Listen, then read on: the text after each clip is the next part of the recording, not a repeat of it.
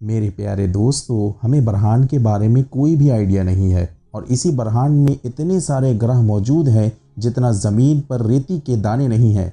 तो आइए आज की इस वीडियो में मैं किसी ब्रह्मांड में मौजूद किसी रहस्यमयी और अजीब ग्रहों के बारे में मैं बात करूंगा और मैं आपको ये दिखाऊंगा कि जिस ग्रह की खोज हाल ही में साइंसदान ने की है वो ग्रह कौन सा है। और दोस्तों, हो सके तो ये वीडियो आखिर तक ज़रूर देखना, क्योंकि आखिर में मैं आपको इसी ग्रह के बारे में ऐसी रहस्यमयी बात बताऊंगा जिसे जानकर आपके होश उड़ जाएंगे। दोस्तों, ये जो तस्वीर आप स्क्रीन के ऊपर देख रहे हैं ये कोई मामूली तस्वीर नहीं है। ये तस्वीर 10 मिलियन लाइट ईयर के कायनाती पुल की तस्वीर है जो आकाश गंगाओं के दो ग्रहों के बीच जुड़ता है। वैज्ञानिक इस बात की तस्दीक करते हैं कि कायनात देवहैकल ढांचे जैसे पुलों और दीवारों से माला माल है। वो आकाश गंगाओं से बनी है और सॉलिड कायनाती पुल बनाती है। तो आइए, अल्लाह ताला के लिए तमाम शान है जो पवित्र कुरान में इस तरह के ढांचे के बारे में एक